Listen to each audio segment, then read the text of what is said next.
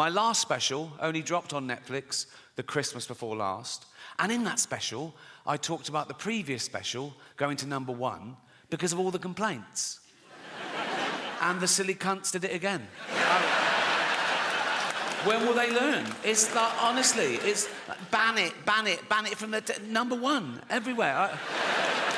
My name trended for 3 days that Christmas. I wasn't the only comedian who trended that Christmas. Do you know the comedian Rosie Jones? She's got cerebral palsy, and she was on a TV quiz show, and the trolls came out on Twitter going, she's not funny. People saying, you're only saying that because she's disabled. You're only defending her because she's disabled. Sort of back and forth, right? But that wasn't her biggest controversy of the year. This is a true story. Earlier that year, Rosie Jones made a documentary for Channel 4 about her condition, her plight, some of the trolling she gets, some of the insults she gets called, right? And she provocatively called the documentary, Am I a Retard? Yeah, great. Power to her, right? Now, the people who complained were disability campaigners. They had a go at her. They went, you can't use that word. She went, what? Why? I said, because you're physically disabled. That's a derogatory term for people with mental disabilities. If you want to use a derogatory term, you should use one that describes your particular condition. So basically, Rosie Jones said, am I a retard? And disability campaigners said, no, you're a spastic. That's harsh, isn't it? I mean, it's context. She was using it to empower people. She was called that. She didn't go, no, that's not me. She sort of embraced it and, reclaimed the word. So disability campaigners are saying, no, you've got to be very specific, right? Only people who are actually retarded can use the word retard, right? But who's going to tell them? You know what I mean? Who's going to... You're not going to go into a room and there's Bubba sort of lying on the floor, crying in, right? And you go, all right, Bubba. He goes, yeah. Oh, no. Don't. It's a tightrope. He goes, yeah. You go, you can say retard. Why? Think, you thick cunt. Just think.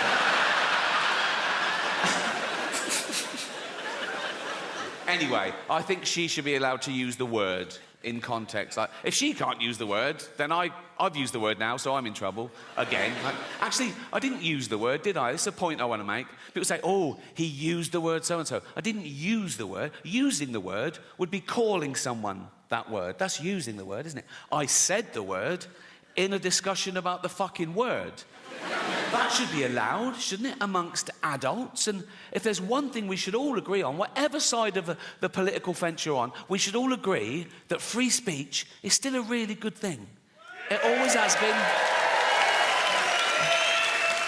And it always will be. But now there's factions of people go, oh, no, we got it, we don't like it, we've changed our mind, it wasn't going well for us, we don't like free speech anymore. People who want free speech, they only want free speech so they can go around saying awful things, which just isn't true. And even if it was, the good thing about free speech is people can say awful things back. It's a really good system, right? And you can't say anything under the laws of free speech. That's a total misconception. There are loads of caveats to free speech, all of which I agree with, actually. You can't incite violence. Good rule. You can't slander people. Good rule. You can't libel people, Fascinating fact about libel law. You can't libel the dead. So I could stand here and say, Gandhi used to take it up the arse. If I wanted. Which I do.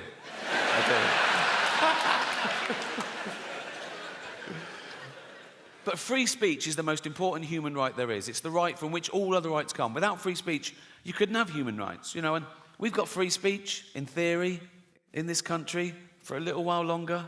We can criticise the government, we can criticise the police, but we should give props to a country that allows us to do that, because we're the envy of some countries. In some countries, you criticise the police, you get beaten up, or worse. You criticise the government, you can be thrown in jail for life, So they flee their oppression, quite rightly. So would you. They flee their oppression, and they come here, they go, we want to come to England. We go, why? They go, free speech. We go, come on in, welcome. What are you going to do now? We're going to go on a march. What are you going to say? How shit England is. Cheers. Thank you. Thank you.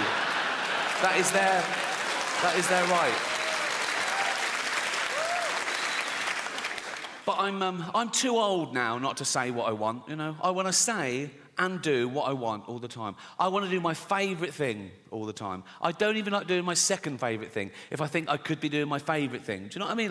Like my favourite thing is play tennis. I play every Friday. I keep Fridays free. I look forward to it. I play tennis. It sets me up for the week. So if ever on a Friday I have to do my second favourite thing, like 3 weeks ago, attend a neighbour's kid's funeral, I'm like, this is boring. But we all want respect, right? We all want respect, and we all want to raise our status in society. We can't help that. That's in our evolution. That's groups elected from when gossip used to control the tribes, right? And there's still 2 ways you can raise your status in society. One, be competent at something. Like, oh, he's a good hunter. Go with him. He's good for the tribe. The other way you can raise your status is have virtue. Like, oh, he's not a great hunter, but he's wise or kind or whatever, you know. And then, with the advent of social media, people suddenly discovered they could just say they were virtuous. No evidence, no proof, just loads of flags in their bio, right? And they would raise their status by bringing other people down, catching other people out. Oh, look what he said. Oh, he's not as virtuous as me. Look how good I am. Look how bad. And that's where the term virtue signalling comes from, right? And I hate it when they bring their kids into it. You can believe what you want, have opinions what you want, vote how you want, but go on a march, great. But when I see a 5-year-old holding a placard, he doesn't know what that says. That's the adult, you know. Like I saw someone tweet this once. Someone tweeted, my 4-year-old just looked up at me and said, Mummy, why does Rishi Sunak hate poor people? Never fucking happened, right? But the most annoying thing about virtue signalling is it's people being smug about having the morality of the age. You're what you're like because of where you are and when you are. Like, it's not brave of me to be an atheist in this country, in this year. It would have been brave 200 years ago, or mental. Right? And it'll be brave in some other countries, or mental, right? But people say things like, oh, I'm anti-racist. Yeah, well done. We all are. We know that's the way to be now, but it wouldn't have always been. Well, if you'd have been born in a different place or time, maybe you wouldn't. They go, no, I'd been anti-racist whenever I was born. Well, people say things like, they go, oh yeah, I'd have definitely hidden Anne Frank. Would you? Would you? Anne Frank comes to your door in the war, right? You open it, right? There's Nazis everywhere, right? She goes, can I hide in here? You go, what up? Just face-palmed Anne Frank, like that. Whoa, wait. What happens if they find you?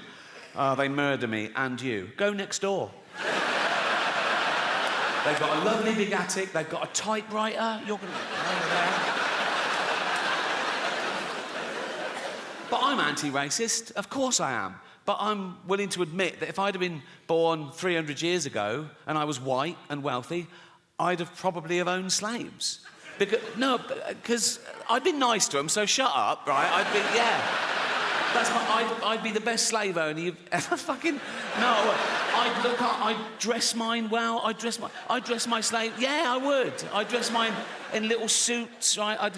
I'd go throw those dungarees away, put a little suit on her.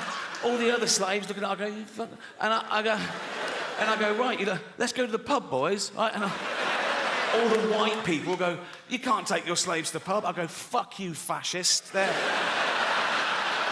my slaves, I'll do what the fuck I want with them. We go in the pub, the barman will go, you can't bring them in here. I go, fuck, we're going to the saloon bar as well. We got little suits on it. You look good in your suits, boys. Wear socks. We wear socks. I go, I'm buying the drinks, put your money away. You haven't got any money, but you know what I mean? And then we just having a laugh, teasing each other, just bants. Like, if one of them got a bit too familiar, I would have to punish him, just to keep the status quo. If he called me gammon or something like that. Which is the only racial slur allowed now, isn't it? That's fine. You can call a white person a gammon. It's fine for some reason. You can even be ageist. You go, you fucking old gammon. And it's totally acceptable for some reason. But I'm going to reclaim the word. You know, like black people have reclaimed the N-word. I'm going to reclaim the word gammon. So I'm going to be in Carluccio's in Hampstead, right? with all my white friends, and we'd just be hanging going, how you doing, McGammon? Right? And if our black friend, Rupert, I said it was Hampstead, if Rupert came in and went, McGammon, I go, you don't fucking use that word. My point is, morality evolves. It moves with the times, like everything else. Just think of that. In a few generations, we've gone from owning slaves, being legal and respectable in the eyes of God, to a racist being the lowest of the low, isn't he? A racist is the worst person in society these days. Actually, a paedophile is the worst. Goes paedophile, then racist. A racist paedophile is the worst If I met a racist paedophile, I'd go, fuck the little black ones too, you bigot. You know?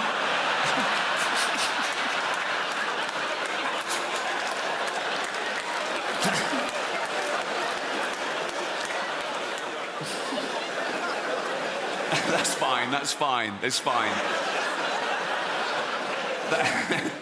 They won't cancel me for that.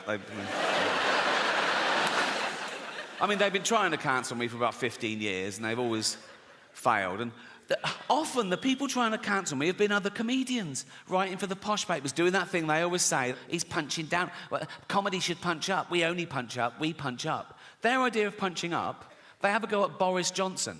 How the fuck is that punching up? You know, the cunt is learning disabled. He's like this fucking waterlogged Gary Busey, fucking albino Eggman thing. He can't string a sentence together. Have you heard him talk? He's like, he's a fucking moron. I punch up. I have a go at people like, I don't know, Stephen Hawking, right? Yes, the greatest brain that's ever lived. He can take it. And he wouldn't even have minded when he was alive, because he's part robot, isn't he? I think he's basically a talking chair, so you can say what you want. And he was on Epstein's island, apparently, so fuck him. I don't... What was he doing there? Why do I want to go? Why? Why?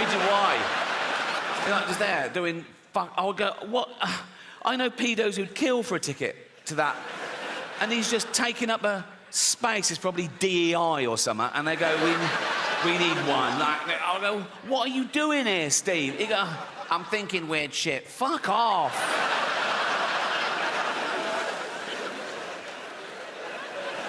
That is probably a hate crime. That is. It's a big buzzword at the moment, isn't it? Hate crime. Whatever happens, someone always goes, oh, was it a hate crime? Why? Makes it so much worse. Does it? Why? If I was just walking home tonight and someone randomly jumped me, beat me up, mugged me, stabbed me, threw acid in my face, I wake up in intensive care, beep, beep, beep. I open my eyes through the bandages. There's a policeman. He goes, Miss Gervais? I go, yeah. He goes, we just want to let you know it wasn't a hate crime. I go, oh, thank God for that. Pretty hateful, isn't it? But no, a hate crime is something that's based on your race, disability, sexuality. So a guy with a gun, he wants to kill someone at random. He sees a crowd. He goes, eeny, meeny, miny, mo, bang, kills someone dead. He goes to court. The judge goes, why did you kill that person? He goes, no reason. The judge goes, so you're not a bigot? He goes, oh, no. The judge goes, no. 10 years. Some other guy's got a gun. He goes, I fucking hate dwarves. Right? He sees a little dwarf. He takes aim, bang, kills the dwarf dead. Right? He goes to court. The judge goes, why did you kill that dwarf? He goes, because I hate the little cunts. Right? Judge goes, you're a bigot. 20 years. Now, he shouldn't get more for shooting a dwarf. If anything, it's a harder shot. Isn't it? If I was that judge, I'd go, what, you shot a dwarf at 100 metres, yeah? Fucking props, that is 5 years in the army. Get him in the army. I feel bad about that joke because I was reading about the tough time dwarves have had through history. Like, in medieval times, they used to torture them and kill them. They used to put them in barrels with spikes and roll them down the hill for a laugh, right? And then in Victorian times, they'd stick them in the circus and make them do dangerous fucking things. And then as late as the 1980s, right, I remember colleges used to have events like dwarf throwing, where they were like darts on a thing, or